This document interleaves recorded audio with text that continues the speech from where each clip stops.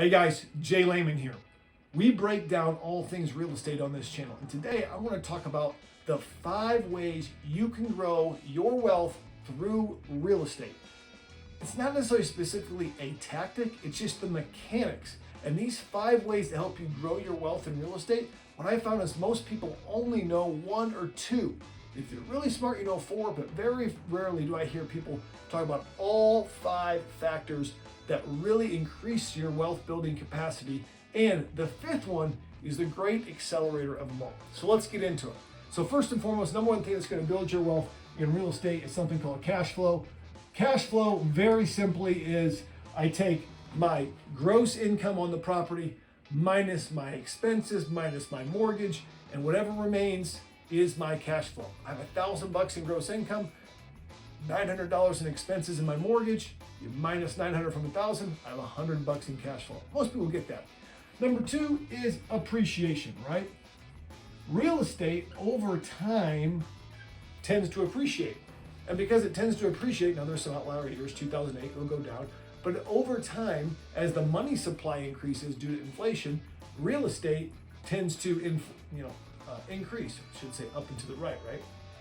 And because of that, it is a great long-term investment. So a $100,000 house that appreciates over a certain period of time, over 10, 15 years, could be double or triple depending on what market you're in just by holding it, not even talking about the cash flow. Number 3, and people don't talk about this one a lot, loan pay down.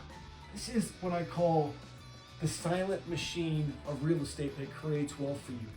You know, every month I have someone else paying my mortgage off on a property, I'm getting wealthier.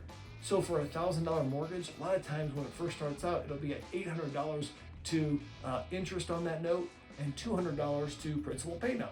Now I might not see that as cash in my pocket, but just like when I pay off my house earlier than I should, or I put more money to paying off my house, I don't get that money in my pocket, but I get it in the form of equity in that property. Same goes with loan pay down. Loan pay down is something that systematically builds equity month after month in any property you have, whether it's single family or multifamily. The 4th one is something called depreciation. And this is really all about your ability to depreciate that asset over time.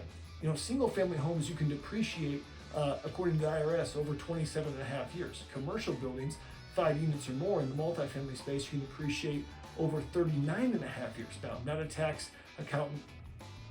I don't give advice like that. But what it can do is it can help lower your tax liability, because these buildings over time are going to depreciate and you can pay less in taxes when you have multifamily real estate or any kind of real estate, I should say, that's depreciating.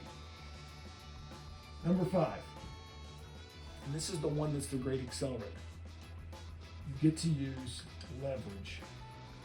Now, real estate is such a time-tested asset that the bank's willing to loan money pretty freely on it compared to maybe other business ventures.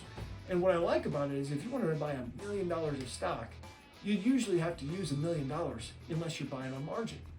And with real estate, I can buy $1 million property and only put 20% down. So I put $200,000 down, I buy $1 million property, but I get the cash flow of $1 million property, I get the appreciation of $1 million property, I get the loan pay down of $1 million property, I get the depreciation of $1 million property, but I only paid 20%. This is the great accelerator. And debt in this time, the interest rate is lower, as we're filming this right now, it's actually lower than what the projected inflation rate is. And so when I have long-term debt locked in at a set interest rate, and the inflation is above that interest rate, so let's say your interest rate is 4%, inflation is 6%, I actually make 2% on that loan, because every year my dollars that are worth less are paying off that fixed note loan. So these are the 5 different ways you can make money in real estate. Understanding these 5 ways can change the way you look at investing in real estate as you understand the true wealth building power of real estate.